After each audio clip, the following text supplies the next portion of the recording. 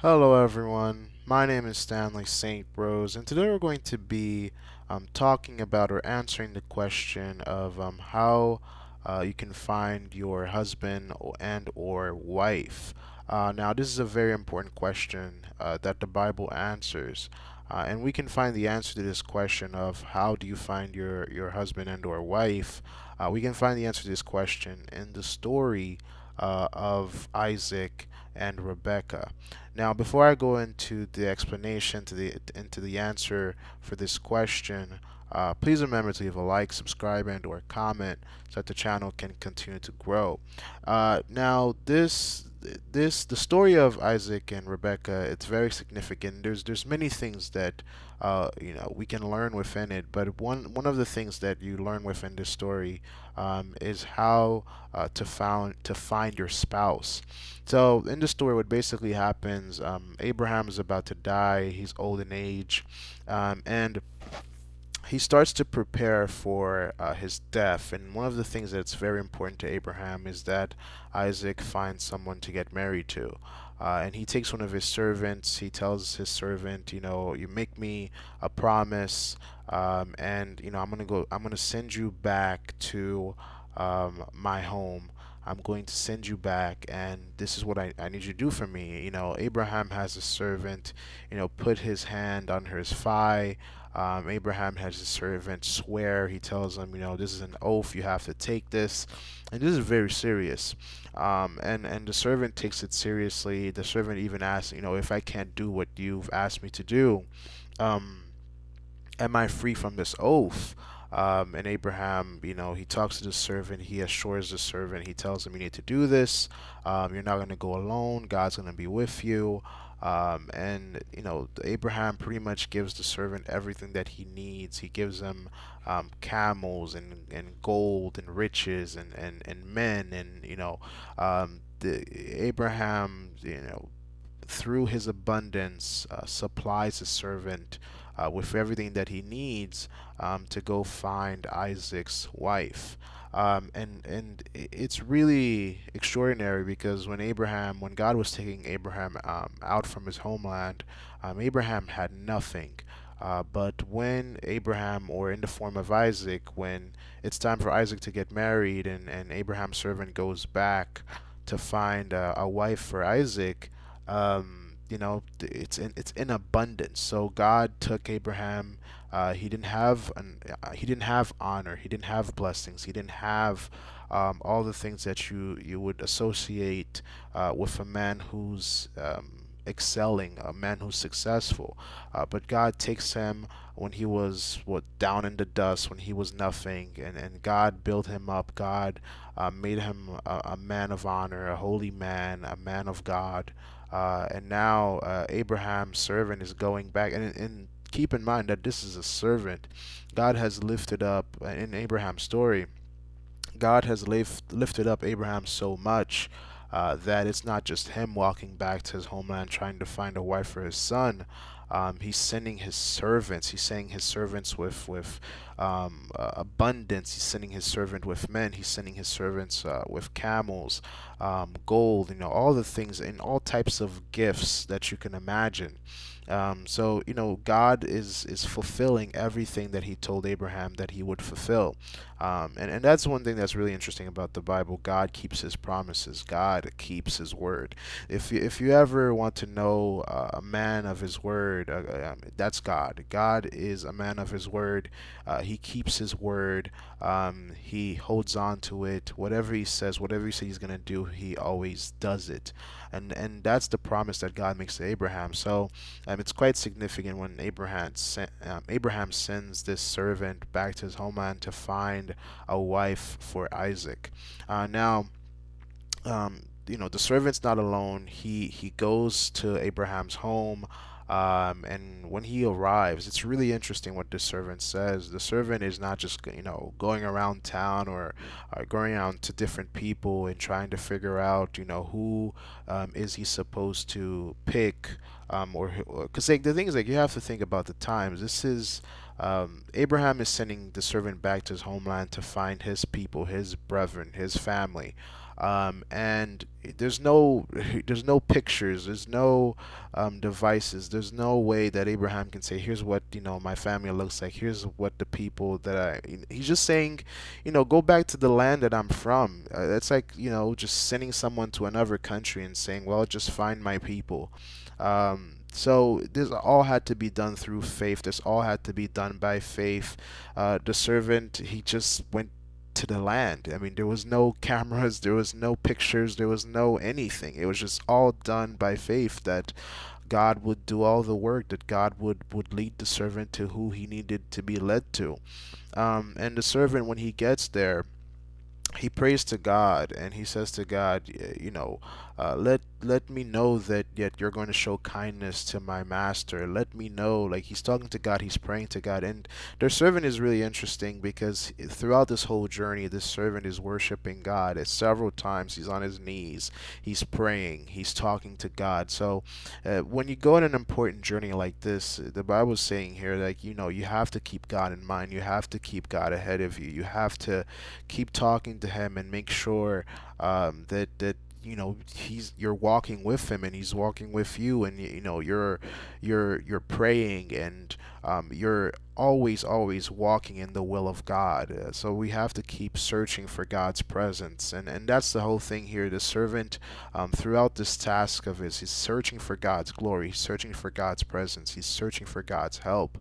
And when he makes it to Abraham's homeland, the prayer that he says is he talks to God and he says, I'm going to, basically, he says, this is a summary here. He basically says, I'm going to ask a woman to give me drink, to give me something to drink, and let it be the woman that I asked to give me something to drink. Let it be her that you have chosen for my master.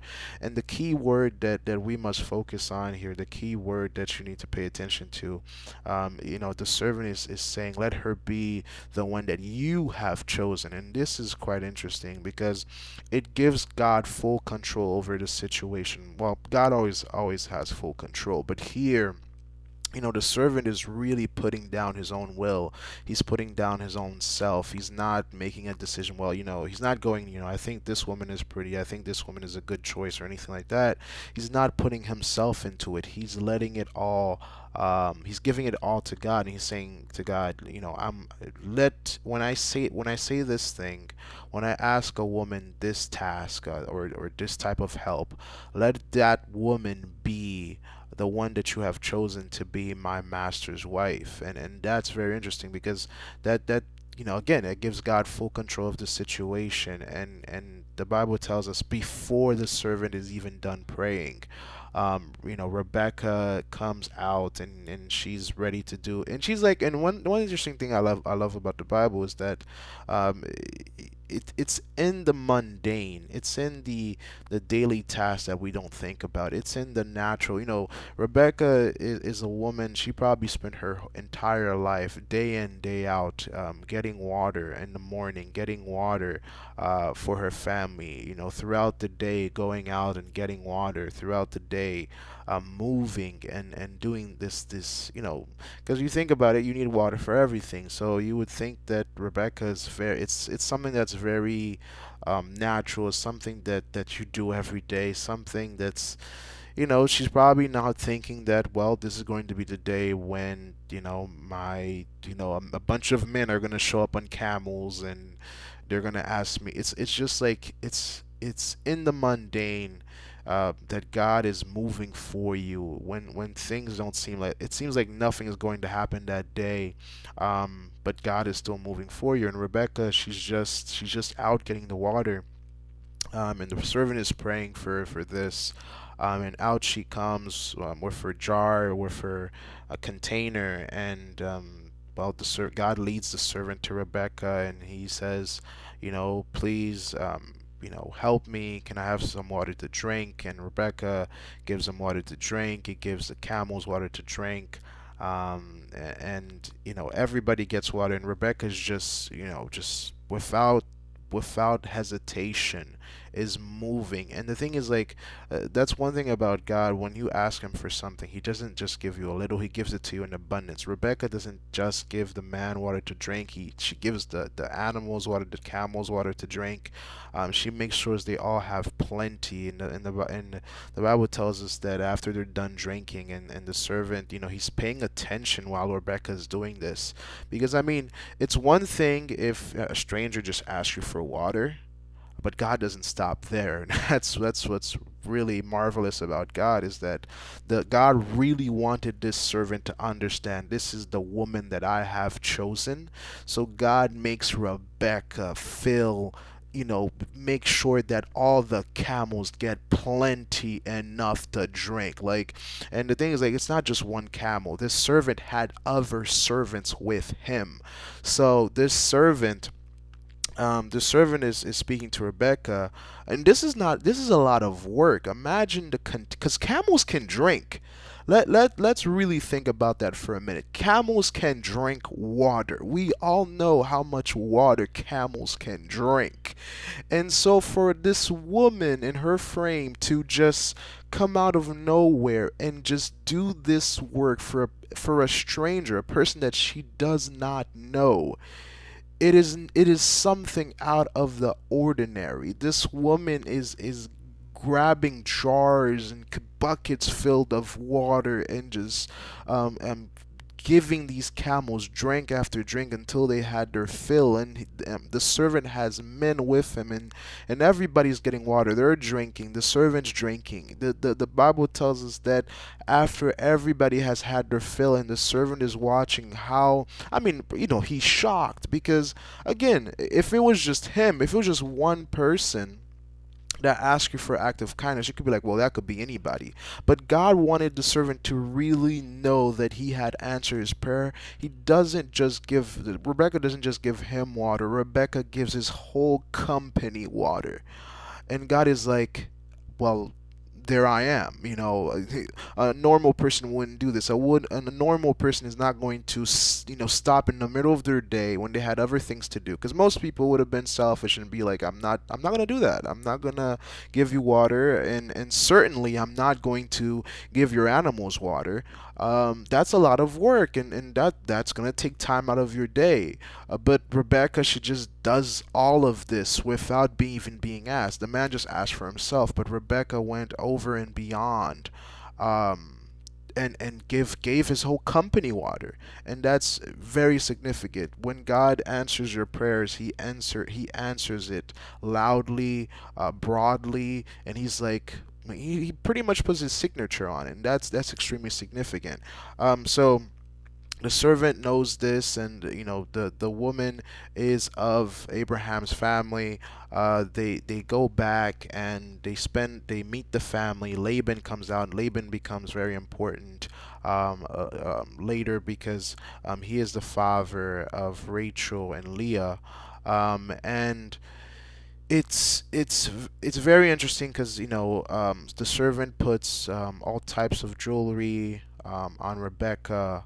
He gets lodging, and he can sleep the night, stay the night at Rebecca's house, at her family house. And he goes to their house, and before he eats, before he does anything, he's like, I need to tell the family what I'm here to do. I need to tell them my mission, the oath that I took, and I'm not just here just to fool around, or just to have fun, or just to meet with you people. I've been sent by my master to find a wife for Isaac, and this is the oath that he got from Abraham. And the servant, he does all of this, and the family accepts, and they allow Rebecca to go with the servant, his men, and her nurse, to go back to find Isaac.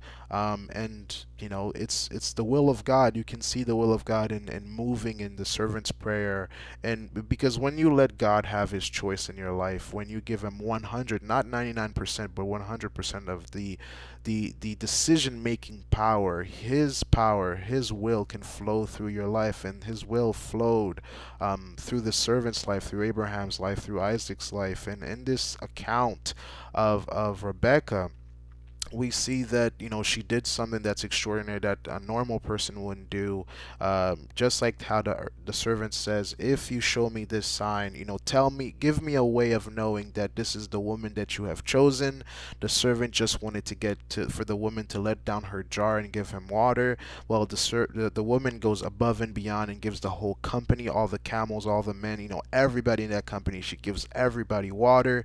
And she is the wife that, I mean, and God does all this to make sure that the servant understands that this is who I have chosen to be Isaac's wife. And so after the family accepts, Rebecca accepts. All gifts are exchanged, and the servant brought a lot of gifts, and gifts are exchanged. Everybody gets put on. The Rebecca's father gives her daughter things, gives his daughter things, and the family gives Rebecca things, and they say goodbye because pretty much this is goodbye. There's no communication. I mean, you have no cell phones, no nothing. When you say goodbye in the Bible, when you say goodbye in the ancient world, to these people, this is goodbye. I mean, we're not going to see each other ever again, because it takes a long time to travel, and well, this is goodbye. And so they say their tearful goodbyes, um, and off they go. And the story continues after Rebecca leaves her family. Her nurse comes with her, and the servant and his men, and the camels. They go back to Isaac. And it's very interesting. It's because we know that Isaac's Sarah died, and Isaac was mourning his mother. And it says that while Isaac was walking in the field, he looked up and he saw Rebecca, and Rebecca looked up and he saw Isaac. And it says they got married. She veiled herself. They got married, and he was comforted. The Bible is talking about there, or one thing that God talks about when it comes to husbands and wives. There's companionship, there's love, there's friendship, and it's something that where Isaac was alone because his mother Sarah only had Isaac as a child. Sarah didn't have any other children, so she made sure that Isaac was taken care of. Isaac was her world. So when his mother died, you can imagine that Isaac was alone. And the Bible tells us that after his mother's death, the in comes Rebecca, and Isaac's not alone. And his wife helps him to cope with his mother's death, which is very interesting because that also tells us that God isn't involved in every little area of our lives, even when when we have lost a loved one, when we are going through tough times and difficult and depressing times. So it's very interesting the details that the Bible goes into to talk about people's emotions and their feelings and the things that they're going through, and how God is aware of this and that He's not, you're not alone when you go through things like that. So when it comes to our primary question here that we wanted to answer for this video is that how do you find your wife or your husband, or how do you how do you find that? Well, you just have to submit your will to God, and in prayer, go to God and submit that 100% of your will to God, and allow Him to choose who you're going to be with. And a lot of times people will bring the person that they want, or a suggestion to God, or like I'm thinking about between these two individuals, and I want to be with this person, and you're just bringing your own person to God. And if God says yes, you're happy. If He says no, you're mad, and you won't listen to Him. But the proper way to do this, if you want God to be involved in every area of your life, and that's the Christian life, is to submit yourself, to make yourself an offering to God, your love life, your personal life, your friendship life, your spiritual life. You have to put your own self, offer yourself, your life, every inch of your life as the offering to God. And in this circumstance, Isaac's romantic life was on the line, and 100% of the decision-making power was in God's hand, and it was offered to God, and God made the decision for Isaac. So, if you're looking for a person to get married to, if you're looking for a husband or a wife, well, let God decide. Bring it into prayer and ask God, who does He want you to be with? Or, He created the institution of marriage. Well, let Him decide and let Him make the choice. Because when God makes the choice, it's always a great choice. I mean, one of the amazing things in the Bible is that Adam and Eve, God brought them together, and even after they lost paradise, these Adam and Eve stayed together, which is mind blowing when you think about it. Because think about it, Adam and Eve were were the two human beings that lived in paradise, that lived in heaven, that never, they think about it this way: Adam and Eve were in paradise, then they fell, and then Earth, well, our Earth, here it is, um, and somehow they didn't tear each other apart. Somehow they stayed together and had children and lived their lives together. So the match that God made between Adam and Eve, even though that together they forfeited paradise, they forfeited the Garden of Eden, they fell from grace, they still stick together. So, I always say that God is the first wingman to Adam. Adam was lonely, and God was like, it's not good for man to be alone, and God is the first wingman, and He's like, you know what? I'm going to find Adam a woman. I'm not gonna let him be by himself. I'm gonna take one of his ribs, and I'm going to introduce woman to man.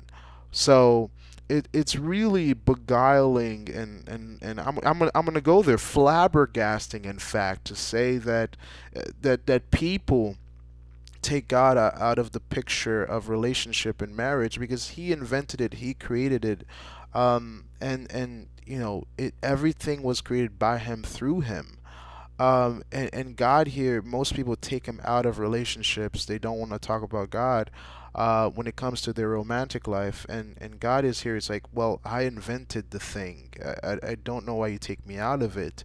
And God knows your personality, your emotions, your feelings, and who you are, and what you will be like when you're 10, and what you will be like when you're 50, and what you will be like when you're about to die. So He knows what you like in a woman. He knows what you like in a man, and He knows who's your perfect match. And when God gives somebody a recommendation to be your spouse, well, it's going to be a great recommendation. It is the best recommendation that you can get. And an interesting and amazing fact about Isaac and Rebecca is that, Abraham, his wife was Sarah, but there was that whole thing with Hagar, and Abraham had children with other women, and yeah, Jacob had the whole thing uh, with Leah and Rachel. Isaac, in the Bible, we have Isaac with Rebecca, and their relationship, it is rock solid. When there were problems with the other founding fathers, you can say, with Abraham and Jacob, there were romantic difficulties. But with Isaac, it was a perfect romantic relationship where there were no issues, and well, it's just an abundant life, a life of no mistakes, a life with happiness, because God's will was hearkened onto. You have Abraham with Hagar, um, Sarah, in his concubines, and other women that he was with, and all the things that went in with his life, and the issue of Hagar, and the problems and the stress and the difficulties that caused between Hagar and Sarah, and the difficulties that Jacob went through, and the battles between Leah and Rachel. This is why God said it's just not good. Like, polygamy is not good. This is why God goes into it and says,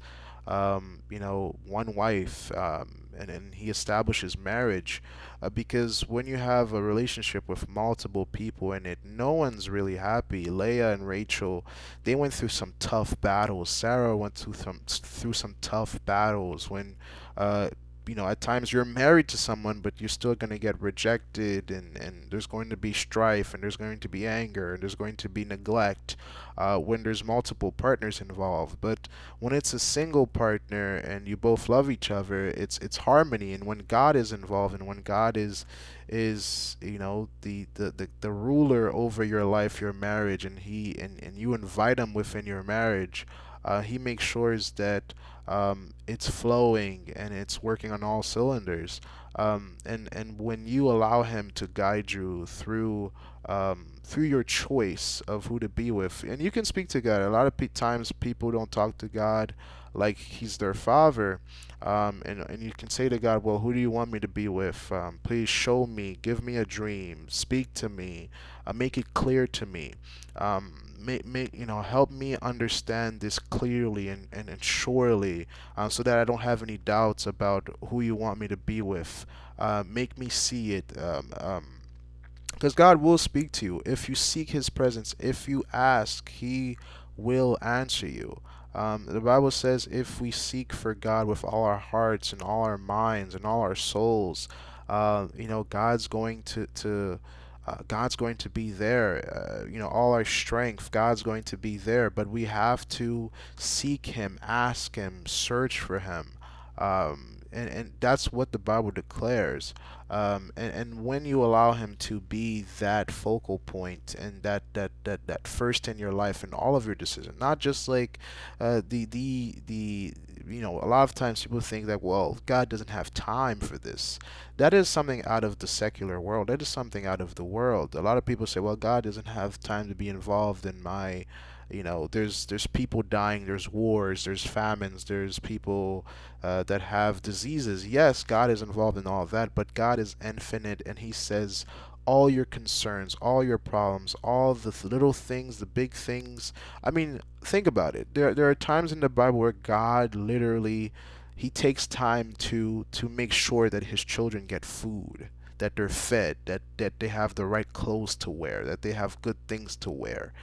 If God is worried about what you eat, the food that you eat, you have to really think that He would also care about the person that you marry and the person that you're supposed to, or that you should, or by His will, that you have to spend your entire life with. And when God is involved with it and you let Him to make that decision for you and guide you in that decision, His decision is something that God's promises have a 100% satisfaction guarantee, and that guarantee is great. You don't have to return it. You won't want to return it.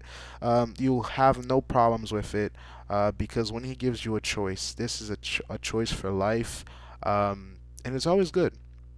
Again, the best people I'll put on the stand here is Adam and Eve, because if you can lose paradise together and still stick together and not hate each other and still go on to have children, um, yeah, I mean that's amazing. I mean, yes, you can give the argument, well, there was no one else, but at the same time, losing everything that you had, I mean, these individuals could have hated each other, but they didn't. They had other sons. They stayed together, and they had many children together. So if you can lose paradise with somebody and stick with them, if you can be imitate the relationship of Isaac and Rebecca, and allow God to be involved. Ask God in your prayers. Ask Him, Father, please be involved in my romantic life. Well, just invite Him into it. Because literally, God says, if whatever that's on your heart, whatever's that's in your mind, come and find me.